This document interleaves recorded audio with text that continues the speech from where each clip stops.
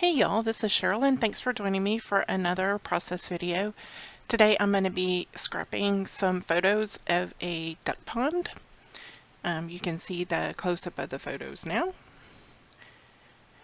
And I'll be using some digital products by ForeverJoy Designs, some Pretties and papers, called Duck Pond.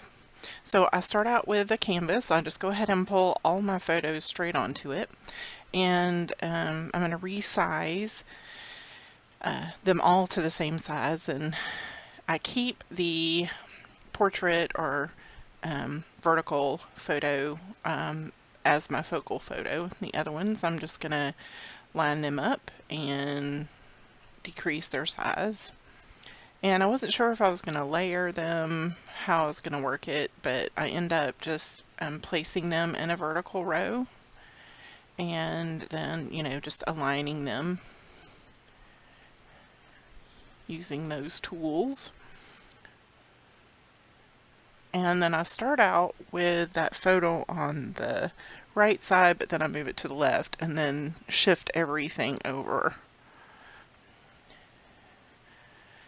And of course, a very generic title, but I mean, what else am I going to say here? The duck pond, that's what it is. And I immediately add some water splatters and just a piece of string coming across from the title. And here's where I kind of go a little crazy, adding a lot of greenery to the right side of the page. And so I'm just rotating them and duplicating them. And a quick way to do that is while you're clicking on the layer to press the Alt key and drag, and it automatically duplicates those layers for you. So I'm adding a little bit of washi there underneath the title. I don't know how well you can see it, but it says quack, quack, quack. And there are these cute ducks that I end up adding. And it was so funny because when I was watching the ducks, the male duck was chasing the female duck.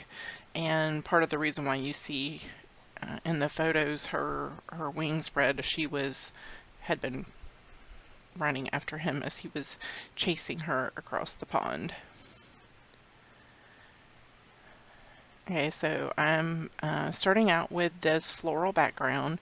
I do change this by the end of the layout, but I'm just creating different paper mats using my rectangular marquee tool in these different papers. So I have that yellow stripe, then there's a subtle sun pattern, and then of course the floral background. Now the story behind these photos, when I go see my pain management doctor for my chronic back pain, to cross from the parking lot over to the medical center, you go across this little bridge, and it's over this little duck pond. It has a little fountain in it, and then it's very peaceful, and it's right, of course, next to the hospital and one of our major highways, but it's actually quite quiet there and peaceful, good place to stop if you're having to go there. And I took these on my way out. I had just gotten some results of an MRI and was just thinking about surgery upcoming. Was feeling a little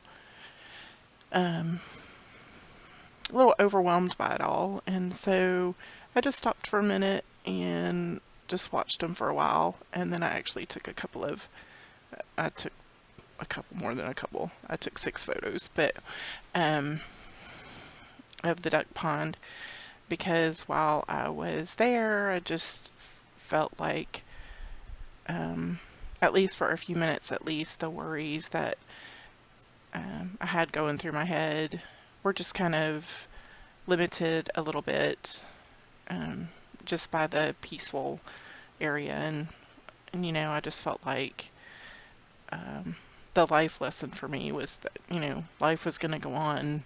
The duck pond, whether I was there or not. The ducks were there, the ducks were doing their thing. My pain was going to be there, whether I had surgery or not, whatever. Life was just going to keep rolling on, and so I'm just going to kind of roll with it.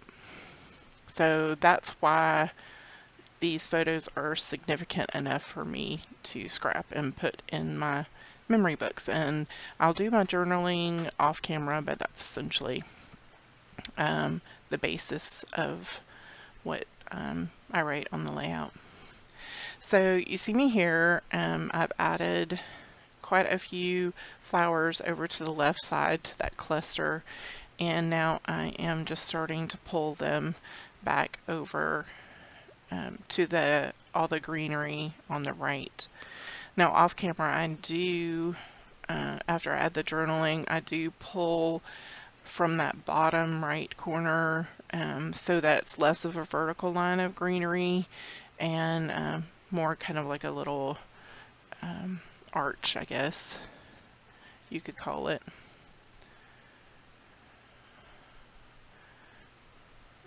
And then yeah, add this little banner, these simple days, because it's like just a simple thing, but it made a big difference for me.